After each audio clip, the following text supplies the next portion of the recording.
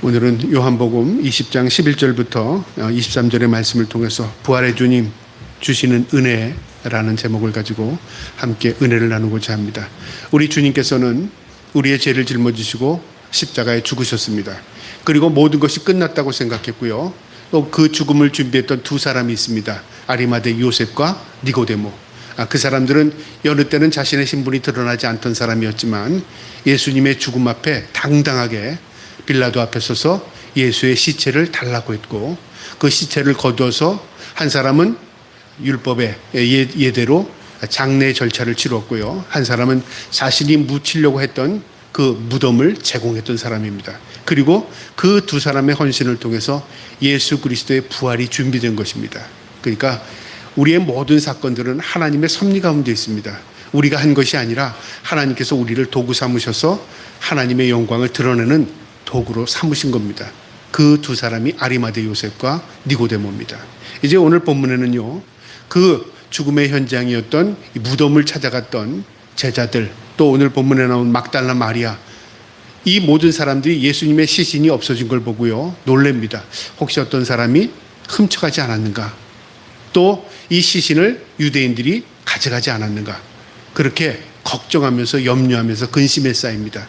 그런데 막달라 마리아, 오늘 본문에 나오는 이 막달라 마리아에게, 무덤에서 울고 있는 막달라 마리아에게 예수님이 나타나셔서 이 소식을 제자들에게 전하게 하시고 새로운 사명을 주시고 제자들에게 나타나셔서 이제 예수님의 부활을 통해서 믿는 사람들이 모두에게 절망이 아니라 그것이 참된 소망이 되고 그들이 끝났다고 했던 그 순간에 새로운 시작을 열게 되는 사건이 됩니다. 오늘도 이 본문의 말씀을 통해서 예수 그리스도께 부활이 무슨 의미를 주며 나와 어떤 관계가 있는가 말씀을 통해서 깨달을 수 있기를 주님의 이름으로 축복합니다. 그러면 오늘 11장 1절을 보겠는데, 11절을 보겠는데요. 마리아는 무덤 밖에 서서 울고 있더니 울면서 구부려 무덤 안을 들여다보니, 이제 막달라 마리아는 그곳에서 절망하고 울고만 있었습니다.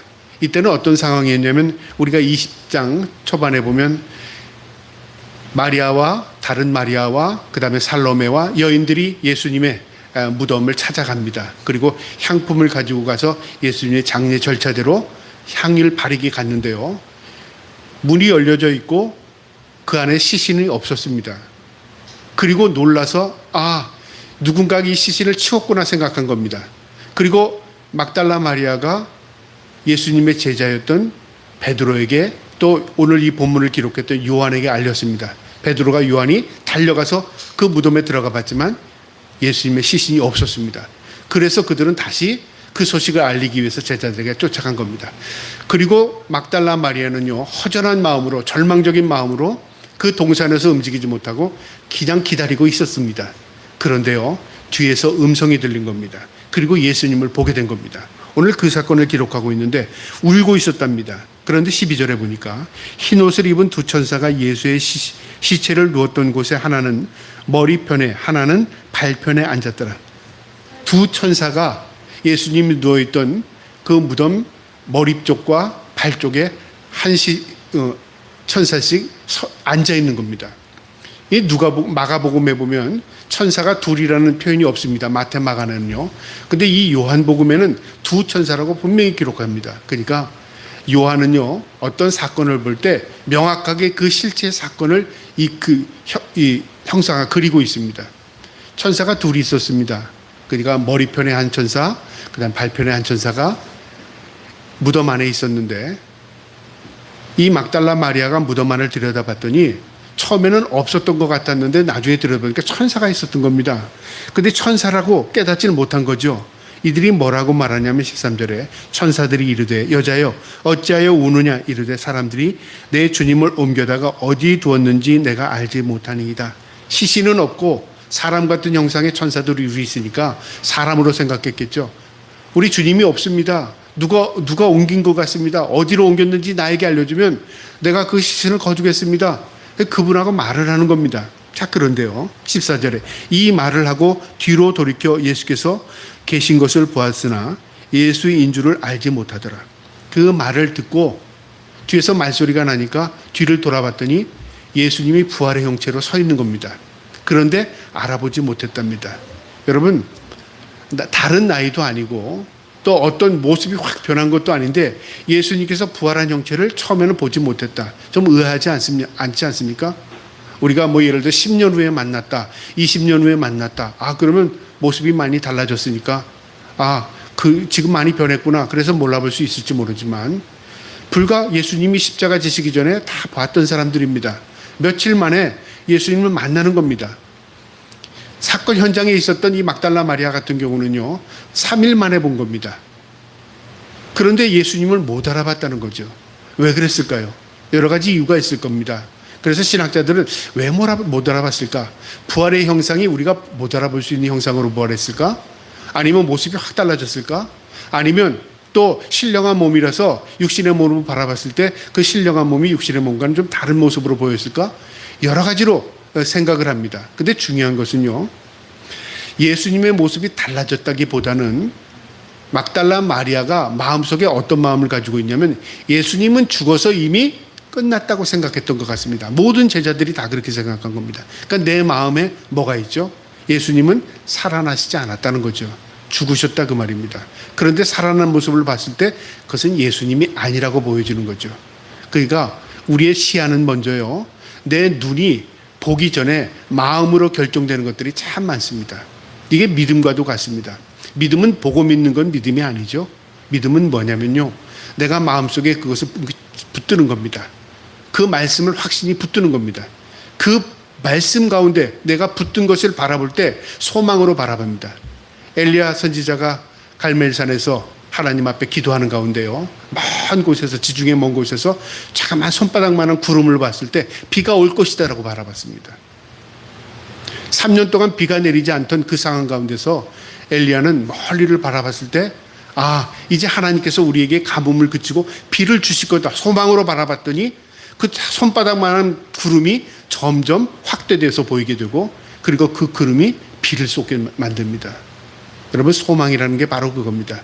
우리가 눈으로 봐서 가능성이 있어서 믿는 것, 그건 믿음이 아닙니다. 믿음은 뭐냐면요, 우리가 하나님의 말씀을 붙드는 겁니다.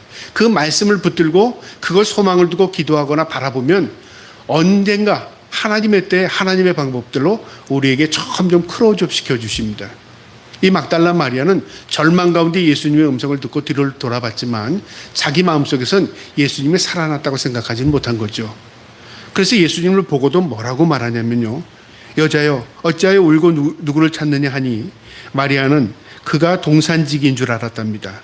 이르되 주여 당신이 옮겼거든 어디 두었는지 내게 이르소서, 그리하면 내가 가져가리이다. 예수님을 보고 동산직인 줄 안다. 동산을 관리하는 지배인인 줄 알았다는 거죠. 그리고 어떻게 했다고요? 그 시신을 내가 어디 있는 줄 알면 내가 그 시신을 거둘 테니까 내게 좀 알려주세요. 예수님께 그렇게 말한 겁니다. 자, 그런데 예수님께서 어떻게 말씀하시냐면 이렇게 말씀하십니다. 16절에요. 예수께서 마리아에 하시거늘 여인이여 그렇게 말했다가 이제 마리아를 분명히 지칭합니다. 마리아야, 이건 무슨 말이야? 정신 차려라. 분명히 나를 봐라 그 말이죠. 이게 인격적인 겁니다. 우리가 이름을 부른다는 것은요, 그 사람을 호칭하는 것도 있지만 그 사람에 대해서 서로 관계 속에 있을 때 이름을 부릅니다. 그렇죠? 우리가 나 그 사람 알아. 이름을 안다고 안다고 할까요? 아닙니다. 그래서 그 사람은 어떤 사람인 줄 알아. 나하고 얼마나 교제했던 사람이야. 나하고 아는 사람이야. 알 때 우리가 이름을 통해서 서로 안다고 할 수 있잖아요. 예수님께서 마리아의 이름을 불렀다는 겁니다. 그러면 마리아는 내 이름을 안다는 것은 나를 아는 사람이 나를 부른 겁니다. 그때 정신이 번쩍 들겠죠? 마리아야 하시거늘 마리아가 돌이켜 히브리 말로 라보니 하니, 이 라보니라는 말이 가로 안에 이는 선생님이라는 말이라. 정확히 명확히 말하면요, 나의 선생님 그 말입니다. 나와 관계 있는, 내가 존경하는, 내가 섬기는, 내가 따르는 선생님 그 말이죠. 여인이요 그랬을 때는 아무 의식 없이 예수님 부활하지 못했다고 생각했는데 자신의 이름을 불러줬을 때 예수님이 살아나신 거구나, 변화되신 거구나, 신령한 몸을 입으신 거구나, 그걸 깨닫게 된 겁니다. 여러분, 우리가 예수를 믿을 때요, 그냥 아무 생각 없이 예수를 믿게 되면은 내 생각, 내 사고로 예수를 믿게 되면 결국 내 생각 때문에 내가 절망에 빠지고 내가 내 생각 때문에 걸림돌에 넘어가고 내 생각 때문에 예수님을 포기할 때가 생깁니다. 그러나 우리가 예수님의 이 말씀을 붙들고 살면 내 생각을 접어버리면요, 말씀해 주시는 놀라운 은혜와 경험하게 됩니다. 그러니까 우리의 믿음은 내 생각대로 믿는 게 아닙니다. 하나님의 말씀을 붙드는 것부터 시작하는 겁니다. 그러니까 내 생각을 내려놓는 거죠. 우리 주님의 음성을 듣고 마리아는 정신이 번쩍 들어서 나의 선생님, 그렇게 대답하는 겁니다. 그러면서 19절에 예수께서 이르시되 나를 붙들지 말라. 내가 아직 아버지께로 올라가지 아니하였노라. 나를 붙들지 말라. 붙잡지 말라. 왜 붙잡지 말라 그랬을까요? 이것도 많은 논쟁거리가 있는 내용입니다. 몸이 변해서 나를 붙들지 말라 그랬을까? 아니면 지금 내가 변화되는 과정에 있어서 붙들지 말라 그랬을까? 여러 가지 생각이 있습니다. 사람마다 생각이 다 다릅니다. 우리 한글 성경에는 나를 붙들지 말라고 되어 있으니까 붙들면 지금 무슨 문제가 생기나 그렇게 생각할 수 있잖아요. 근데 이 말의 의미는 그런 의미가 아닙니다. 나를 붙들지 말라는 의미는 나를 여기서만 붙들고 여기서 울고만 있지 말라 그 말이죠. 정신 바짝 차리고 지금 내가 본 형태를, 내가 본 이 사실을 제자들에게 가서 알려라. 내가 갈 곳이 있다 그 말이죠. 지금은 너희들과 함께 있지만 이제 얼마 시간이 지나게 되면, 정확히 말하면 부활 후 40일 이후에는 내가 너희들과 헤어져서 내가 아버지께로 갈 것이다 그 말이죠. 승천하시죠? 그러니까 그때까지 내가 너희들과 있을 거니까 이 소식을 제자들에게 알려라 그 말입니다. 그래서 주님께서 나를 붙들지 말라. 아버지께로 올라가지 아니하였노라. 내가 아직 가지 않았다 그 말이죠. 너는 내 형제들에게 가서 이르되 내가 내 아버지 곧 너희의 아버지, 내 하나님 곧 너희의 하나님께로 올라간다 하라. 여기 보면 내 하나님, 너희의 하나님, 내 아버지, 너희의 아버지. 무슨 관계가 됐죠? 내가 아버지라고 하는 그 하나님이 너희에게도 아버지가 되고 나에게 하나님이 너희의 하나님이 된다 그 말이죠. 이게 무슨 의미일까요? 이미 부활 이후에는 제자들과 예수님을 따르는 모든 사람들이 예수님의 형제가 된 겁니다. 그렇죠? 우리는 예수님을 형제라고 말하잖아요. 왜 우리가 예수님 앞에 형제가 될 수 있습니까? 그분이 우리를 위해 대속의 죽음을 죽으셨기 때문에 그렇습니다. 죄값을 치러주셨기 때문에 그렇습니다. 완전한 회복입니다. 그래서 주님의 죽으심과 부활은요, 우리의 죄를 청산하고 완전한 회복의 길로 들어서는 겁니다. 그래서 너는 형제들에게 가서 나의 하나님, 너희의 하나님, 나의 아버지, 너희의 아버지에게 내가 간다고 알려라. 그리고 나는 너희를 만날 것이다. 오늘 본문에는 자세한 내용이 나오지 않지만 이 본문을 좀 더 기록한 마가복음에는 무슨 이야기를 하냐면 내가 제자들을 만나기 위해서 갈릴리로 먼저 가시겠다고 말씀하십니다. 그리고 제자들을 그곳에서 만나시겠다고 말하는 거죠. 왜 제자들을 이곳으로 불러 모으라 그렇게 말씀하시지 않고 나를 따르는 제자들을 갈릴리로 가라고 했을까요? 그 이유는요, 갈릴리는 제자들을 처음 만났던 장소입니다. 사명의 장소입니다. 어부들에게는 그것이 생업의 장소였습니다. 이제 제자들은 모든 것이 절망하고 끝났다고 생각했습니다. 예수님은 다시 못 만난다고 생각했습니다. 그런데 첫 번째 만났던 장소, 사명의 장소, 예수님을 처음 만났던 그 장소로 다시 가라. 내가 그곳에서 제자들을 다시 만나서 너희에게 다시 사명을 주리라 하시는 의미입니다. 그래서 나를 만났던 곳으로 가라고 말씀하십니다. 하나님께로 올라가기 전에 제자들을 다시 만나 사명으로 일깨우고자 하는 우리 주님의 마음입니다. 18절에요.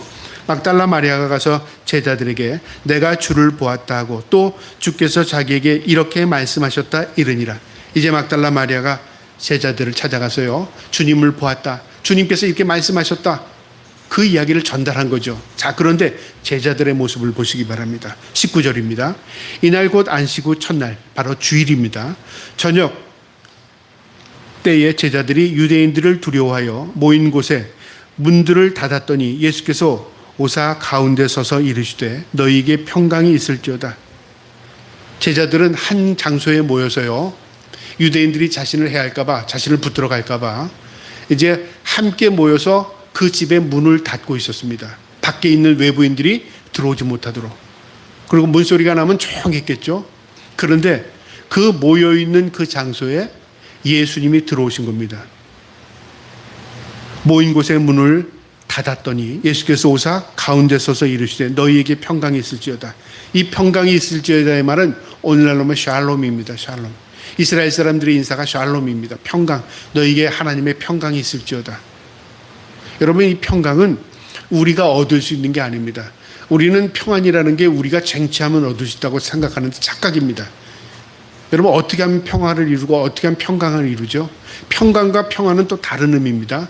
평화는 잔잔한 상태죠. 싸움이 없고 그냥 화목한 상태가 평화입니다. 평강이라는 의미는요, 기쁨과 즐거움이 함께하는 것입니다. 우리 인간이 편안해도 즐거움과 기쁨이 없을 수 있습니다. 근데 하나님이 주시는 샬롬은 하나님이 우리와 함께 하심으로 우리가 기쁨과 즐거움이 있을 겁니다. 우리 주님께서 나타나셔서 샬롬 그러는 것이죠. 너희에게 평강이 있을지어다. 자, 그런데 주님이 어떻게 들어오셨죠? 문은 닫혀 있었습니다. 누가 문을 열어주거나 누가 주님이 오셨다 그러고 반겨 맞아준 사람이 없습니다. 그들은 두려움에 떨고 있었고 모여 있었는데 주님이 그들 가운데 나타나신 겁니다. 갑자기 구름처럼 나타나신 걸까요?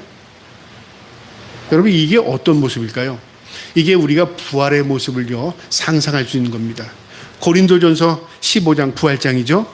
그 15장 고린도전서 15장 44절에 보면요, 우리의 몸은 육체의 몸도 있고 신령한 몸도 있답니다. 부활의 몸이 신령한 몸입니다. 신령한 몸은 영적인 몸이랍니다. 그러니까 우리의 몸은요, 지금 재료가 뭐냐면 흙으로 만들어진 재료입니다. 하나님이 세상을 창조하시고 인간을 창조하시고 흙으로 사람을 빚으시죠. 그리고 그 코에 뭐를 불어넣으시죠? 생기를 부어주니 생명이 되었답니다. 살아있는 영적인 존재가 된 겁니다. 그래서 흙으로 만드는 재료 때문에 그런 것이 아니라 하나님께서 우리에게 입김을 불어넣은 것입니다. 영적인 존재로 만들기 위해서 하나님께서 우리에게 생명을 불어넣은 것이죠. 그래서 인간이 된 겁니다. 우리 인간에게 영이 빠져나가면 어떻게 될까요? 흙으로 돌아갑니다. 불과 일주일도 안 돼서 이것이 썩어가면요, 형체가 알아보기 어렵게 됩니다. 한 달이 되면 우리 몸은요, 수분이 다 빠져나가면요, 이제 인간의 몸은 분해되기 시작합니다. 인간은 흙으로 왔다 흙으로 가는 존재입니다. 그런데 부활의 몸은 흙으로 존재된 몸이 아닙니다. 어떤 몸일까요? 신령한 몸을 입었습니다. 이 몸은 시간을 초월하는 것 같아요. 이 몸은요, 공간을 초월하는 것 같아요. 그래서 공간의 제약을 받지 않습니다. 예를 들어서 문이 닫혀 있을지라도 이 몸은 통과할 수 있는 몸이고요. 주님께서 제자들을 갈릴리로 가라고 했죠. 근데 주님께서 먼저 가 계셨습니다. 출발은 늦게 하셨는데 제자들보다 먼저 가 계십니다. 그러니까 시간을 초월하는 거죠. 그러니까 우리가 부활체의 형상을 우리가 상상해 보면요, 어떤 제약이 있지 않습니다. 공간적인 제약, 시간적인 제약, 이 3차원의 개념을 가지고 이 부활의 형체를 이해할 수 없습니다. 부활의 몸은요, 형체가 있습니다. 그런데 이 형체는 오늘날 육체를 가지고 있는 형체와는 전혀 본질적으로 다릅니다. 근데 그 형체 안에 영을 담고 있습니다. 그리고 이 영은요, 우리가 자유를 누립니다. 참된 자유를 누립니다. 늙지도 않죠. 그 다음에 시간에 어떤 제약을 받지도 않죠. 공간과 어떤 제약을 받지 않는 몸이죠. 우리 주님께서 그런 형상입니다. 제자들에게 나타나셨습니다. 그리고 너에게 평강이 있을지어다 말씀하십니다. 그리고 20절에요. 이 말씀을 하시고 손과 옆구리를 보이시고 제자들을 주를 보고 기뻐하더라. 주님께서 자신의 상처, 손과 옆구리에 상처를 보여주신 겁니다. 그러니까 이것은 내가 죽었다 살아난 예수 그리스도라는 확증을 그들에게 보여주신 겁니다. 그리고요, 21절에 예수께서 또 이르시되 너희에게 평강이 있을지어다. 다시 샬롬 그러시죠. 아버지께서 나를 보내신 것 같이 나도 너희를 보내노라. 이제 제자들이 두려움에 떨고 있는 제자들에게 내가 하나님 앞에 보냄을 받은 것처럼, 너희를 구원하기 위해서 이 땅에 온 것처럼 나도 너희를 세상 가운데 보낸다는 거죠. 우리는 예외 없이 다 보냄을 받은 자들입니다. 그거를 깨닫던 깨닫지 못하든요. 이걸 뭐라고 말하냐면 사명입니다. 그리고 그것을 간직하는 것이 소명이라고 말합니다. 내가 왜 이 땅에 태어났는가? 그걸 깨닫지 못하고 죽으면요, 아무 인생의 의미가 없는 거죠. 우리가 하나님께서 주신 각자의 사명이 있습니다. 이 각자의 사명은 내가 깨달아야지 깨달아지는 게 아닙니다. 내가 살아가는 이 현장 속에서 내가 주의 영광을 위해서 주님과 동행하다 보면요, 하나하나 그 사명을 깨닫게 해주실 하나님의 은혜가 있습니다. 그러니까 사명을 깨닫고 하는 게 아니라요, 살아가면서 이게 나의 사명이었구나. 우리 간단한 예로 어머니가 아이를 양육하는 거, 그 사명이 아니에요. 사명입니다. 너무 당연한 사명임에도 불구하고 우리가 사명을 깨닫지 못하면 어떻게 해요? 어떻게 하죠? 내가 왜 이 아이 때문에 시간을 허비해야 돼? 이렇게 생각하는 사람도 있죠. 내가 왜 이런 고생을 하려고 결혼을 했어? 이렇게 생각하는 사람도 있죠. 내가 이거 하려고 내가 예수를 믿나? 이렇게 생각하는 사람도 있을 수 있다고 말이죠. 내 중심이면 항상 어떤 생각을 하냐면요, 내가 좋은 것을 생각하고 내가 기쁜 것만 생각하다 보면 사명이 그거 안에는 없습니다. 사명은 우리가 살아가면서요, 내 삶에 나타나는 현장에서 하나님이 나에게 주어지는 그 상황을 내가 수용할 때 깨달아집니다. 하나님 그래서 나에게 가정을 주셨구나. 그래서 나에게 자녀를 주셨구나. 그래서 나에게 이 일을 주셨구나. 이런 하나하나의 내가 내 삶에 충실하게 살아가다 보면요, 그것이 사명임을 깨닫게 되는 겁니다. 주님께서 그 두려워하는 제자들에게 나타나서 나도 너를 보낸답니다. 사명을 주겠다 그 말이죠. 이 말씀을 하시고 그들을 향하여 숨을 내쉬며 이르시되 성령을 받으라. 숨을 내쉬며, 이게 무슨 의미냐면 예수님께서 부활하셔서 숨을 쉬는 존재가 됐다고 말이죠. 그러니까 부활의 형체는 그냥 영적인 영만 돌아다니는 게 아니라 우리처럼 육체를 가지고, 그러니까 신령한 몸을 가지고 숨을 쉬는 존재였다. 살아있는 생명이라고 말이죠. 살아있는 존재로서 성령을 받으라고 말씀하십니다. 여러분, 우리가 사명을 감당하려면 내 생각, 내 판단대로 사명을 감당할 수 없습니다. 그 사명은 성령, 하나님의 영이 우리와 함께할 때 우리의 살아가는 인생 가운데 하나하나 사명으로 감당할 수 있는 능력이 되어주십니다. 그러니까 우리에게 중요한 것은 내 사명이 뭐지? 그것보다 더 중요한 게 내가 믿음으로 살아야지. 내가 오늘도 하나님 말씀 붙들고 살아야지. 오늘도 내가 믿음 안에서 거해야지. 그렇게 믿음으로 살아가다 보면요, 하나님이 그 안에 하나하나 우리에게 주신 사명을 깨닫게 해주십니다. 그래서 사명은 그때그때 깨달음을 주십니다. 마지막 23절에요. 너희가 누구의 죄든지 사하면 사여질 것이요 누구의 죄든지 그대로 두면 그대로 있으리라 하시니라. 이건 사명자에게 주시는 말씀인데요, 그들이 사명을 가지고 죄를 사하면 사여준다. 마치 예수님처럼, 하나님처럼 죄를 용서해주고 죄를 용서해주지 않고 그 얘기가 아닙니다. 이 말의 의미는요, 복음의 핵심의 의미입니다. 복음이 들어가면 죄의 씻김을 받습니다. 복음은 바로 능력을 가지고 있습니다. 너희가 복음의 사명을 가지고 누구든지 죄든지 사하면, 복음의 핵심이 예수 그리스도께서 우리의 죄를 짊어지시고 죽으셨다는 거죠. 그리고 부활은 우리를 살리기 위해서, 영원한 생명을 주시기 위해서 부활하셨습니다. 이 모든 예수 그리스도의 공생의 사역, 예수님께서 말씀하신 그 사역의 내용을 우리가 가지고 간직하고 세상 가운데 보냄을 받고 그 말씀을 전하면 죄에 있는 자들이 어떻게 될까요? 회개하고 주님께로 돌아옵니다. 죄 씻음의 능력입니다. 예수님이 우리의 모든 삶의 주인이 되는 순간에요, 우리는 죄의 사함을 받습니다. 이게 하나님이 주시는 은혜입니다.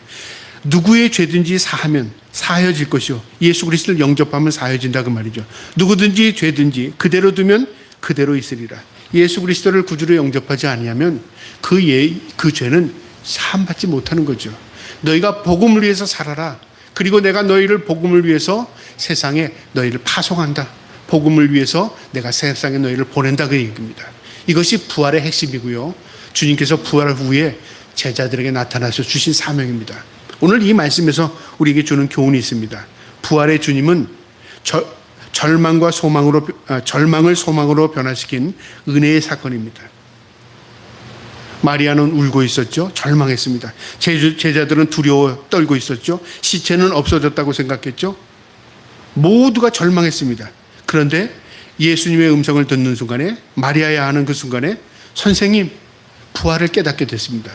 완전한 모든 것의 변화를 경험하게 되는 겁니다. 예수님이 살아났구나. 눈물이 변하여 기쁨이 된 겁니다. 우리의 눈물이 끊어지는 이유는요, 우리의 눈물을 멈추게 하는 것은 우리가 환경이 변해서 눈물이 멈춰지는 게 아닙니다. 이제 좋아졌으니까 눈물 흘리지 않아야죠. 여러분, 만약에 환경에 우리가 어떤 영향을 받는다면 환경만 바꾸면 모든 것이 변한다고 생각합니다. 여러분, 우리가 그럴 때가 있잖아요. 너무 돈이 없으면 돈만 있으면 내가 즐거울 것 같은데, 근데 돈 많은 사람한테 가서 물어보세요. 당신은 지금 즐겁고 있겠군요? 물어보세요. 아닙니다. 그 사람은 우리가 모르는 더 많은 절망과 더 많은 고통을 가지고 있을 수도 있습니다. 환경은 아무리 반해도 우리의 눈가에 눈물을 씻길 수 있는 것은 환경이 아닙니다. 무엇이 우리의 눈가에 눈물을 씻기죠? 바로 예수 그리스도의 은혜입니다. 이게 바로 우리에게 주는 소망입니다. 우리의 눈가에 눈물을 씻길 수 있는 것은 예수님을 만나야 되는 겁니다. 다른 방법이 없습니다. 예수님이 나의 삶의 주인이 되면 내 마음에 참된 주인이 바뀌기 때문에요, 내 삶이 예수 그리스도의 은혜로 기쁨과 즐거움이 회복됩니다. 그러니까 내가 내 삶의 주인 되는 게 아니라 내 삶의 주인이 예수님이 될 때 나는 진정한 그 안에서 기뻐할 수 있는 것입니다. 이것이 우리에게 참된 소망입니다. 그래서 제자들은요, 두려워하고 무서워했지만 우리 주님께서 그 현장에 나타나셔서 샬롬이라고 말합니다. 너희에게 평강이 있을지어다. 너희가 예수 그리스도의 부활하신 그 모습을 너희가 주인으로 받아들이고 너희가 이제부터는 참된 평화를 가지고 살아라, 그 말입니다. 그래서 오늘 이 내용의 의미를 이사야서는 이렇게 말하고 있습니다. 이사야서 53장 3절에요.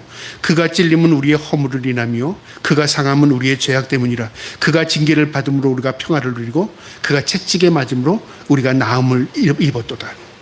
주님의 당한 그 고통은 다 우리를 위한 것입니다. 우리에게 참된 소망이 되는 것은 주님이 우리의 모든 것들을 다 대속의 죽음으로 다 청산하셨습니다. 그래서 이제 우리는 어떻게 해야 합니까? 주인이 내 삶의 주인이 바뀌면요, 내 안에 참된 평화를 누릴 수 있게 된 것입니다. 그 소망을 붙들고 살아갈 수 있기를 주님의 이름으로 축복합니다. 그 다음에 오늘 이 주님 말씀 가운데 교훈은요, 부활의 주님은 제자들에게 사명을 다시 일깨우는 능력과 권능의 시간입니다. 보내노라 그랬습니다. 내가 너희를 보내겠다고 말씀하십니다. 주님께서요. 어디로요? 세상 가운데로. 어떻게 살라고요?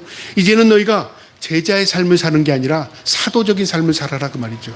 이제 말씀을 듣고 배우는 삶만이 아니라 이제 너희가 실천하면서 예수 그리스도를 증거하며 삶을 살아라. 너희가 향기로 살아라. 너희가 예수 그리스도의 그 모양을 가지고 있는 그리스도인으로 살아라, 그 말이죠. 이게 부활을 바라본 제자들에게 주시는 참 능력과 참 권능의 모습입니다. 우리에게 능력이 있는 것이 아니라 예수 그리스도를 모시고 있을 때 우리가 능력자가 됩니다. 우리에게 하나님의 능력이, 권능이 있는 게 아니라 하나님이 내 안에 계실 때 내가 하나님의 능력을 경험하며 살 수 있는 것입니다. 이것이 부활의 모습입니다. 부활은 끝이 아닙니다. 시작입니다. 제자들의 삶은 그것으로 끝난다고 생각했지만 이제 그 순간 그들은 사도가 된 것입니다. 변화의 삶입니다. 그리고 주님께서 그들에게 성령을 받으라고 말씀하십니다. 이 성령의 의미는요, 하나님이 이끄는 변화의 삶을 살라는 겁니다. 여러분, 내가 주인 될 때는 내 멋대로 살죠. 성령이 이끌릴 때는 내 멋대로 살지 않습니다. 성령이 하나님이 기뻐하는 삶을 살 수 있도록 우리를 이끌어 가십니다. 그게 뭐라고 말하면 그게 사명의 길입니다. 그게 다른 말로 십자가의 길이기도 합니다. 우리가 내 삶의 주인 되는 것이 아니라 주님이 내 삶의 주인이 될 때 내 삶을 이끌어 가시는 주님이 나의 삶을 이끌어서 사명의 길로 인도하시고요, 그것이 때로는 십자가의 길일지라도 그것이 영광의 길일 때가 있습니다. 우리는 세상에 보내심을 받은 자들입니다. 우리는 제자의 삶으로 끝날 것이 아니라 사명을 감당하는 사도의 삶을 사는 것을 우리 주님께서 기뻐하십니다. 부활의 주님이 제자들에게 나타나셔서 내가 너를 보내노라 하는 그 말씀을 우리의 마음에 두시고요, 우리는 이 땅에서 하나님 앞에 보냄을 받은 자들입니다. 가정의 보냄을 받았고요, 자녀들을 양육하라고 보냄을 받았고요, 그리고 우리의 삶의 영역에서 우리가 세상 가운데 빛과 소금으로 살라고 우리를 보냄을 받은 자들입니다. 이 사명 잘 감당하셔서 주님 만나는 그날 칭찬받는 우리 모두가 될 수 있기를 주님의 이름으로 축복합니다. 아멘.